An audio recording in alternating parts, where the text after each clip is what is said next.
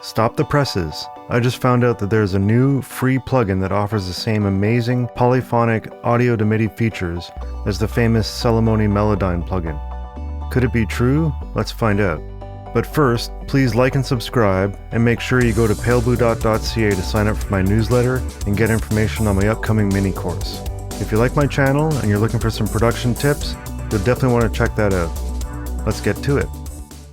Have you ever heard a loop and thought, this is perfect for this song, but I wish that last chord wasn't minor? And there's nothing you can do about it because it's printed into an audio file? Up until now, this has been the exclusive domain of Celemony Melodyne. Melodyne is an amazing plugin that can deeply analyze an audio signal and convert that source into a fully editable performance. But it comes with a pretty hefty price tag, and I know people are looking for free Melodyne alternatives. Luckily, I got tipped off to a free VST plugin that can do this. Let's take a look at it. So I have a simple guitar part here that I played, all major chords.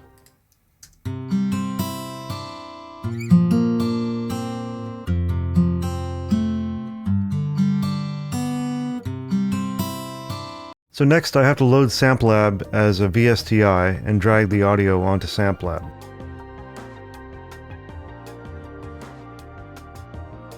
Now, if you own Ableton Live or FL Studio, you should be able to drag the WAV file right from the track onto Samplab. Presently, I can't do that with Cubase, so I'll use the folder icon up here to locate the file. Now it's going to send the audio file to the Samplab server to be analyzed, and then sent back to the plugin as playable audio. There. Now we have a MIDI file.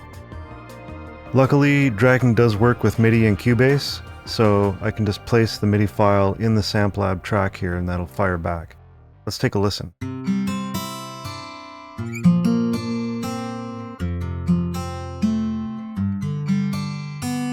And presto, it's exactly the same as the audio file. Now here's where things get fun. What if I decided I wanted the C major progression to be in C minor? Let's flat some majors here.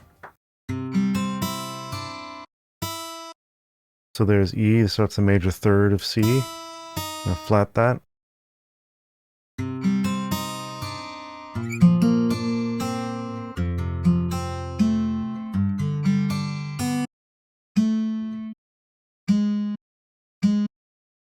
Make the F minor.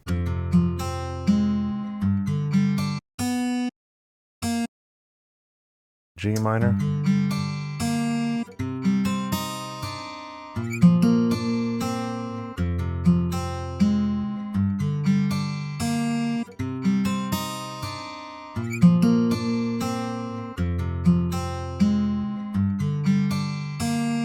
Perfect. It actually extracted each note and you can pitch them freely without the constraints you usually would have if you slice the sample up rec style or in your DAW's sampler track.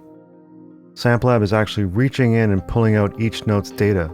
It's quite incredible. Let's try another case scenario. You have an all major key pad in the wrong key. Let's listen.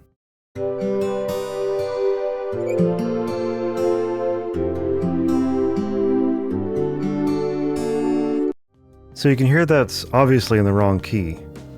Let's send this loop to Samplab. So here I noticed it got the tempo wrong. We're working at 120 and this is showing an estimated BPM of 84. So you can go ahead and correct that. Hopefully their BPM detection will get better in the future. Drag that into the new instance. Let's take a listen.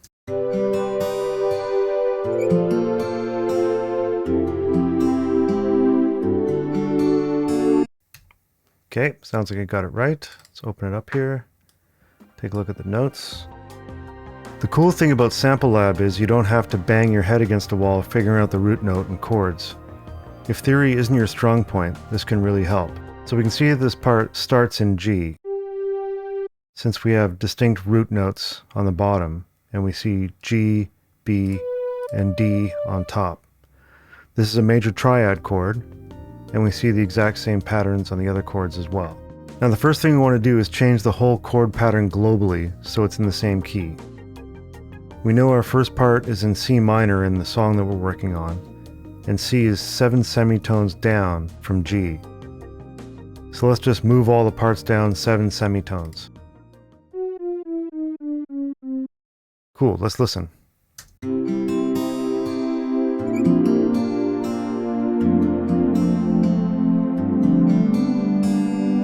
Okay, so we can tell that most of the chords are off. Why? Because we changed all our majors to minors in the first instance of Samplab. So let's do that here.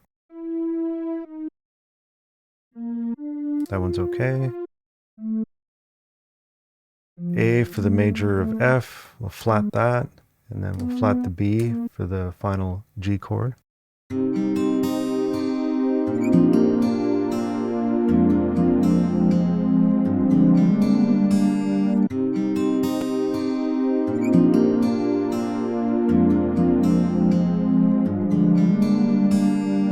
There.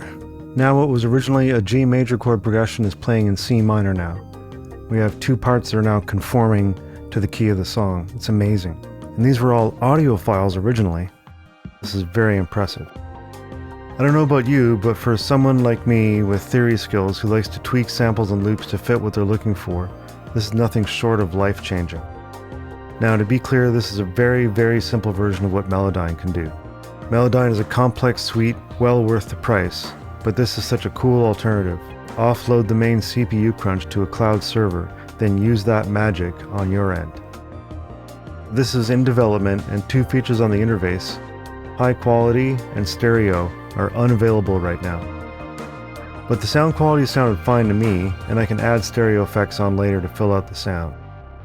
So, Pale Blue Daughters, this is a run don't walk to grab this amazing plugin.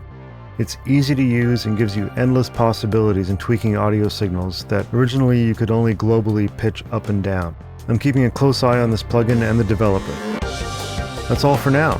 Thanks for watching and subscribing. And please check out palebluedot.ca to sign up for my newsletter and get info on my upcoming courses. They'll be ready soon. Bye for now.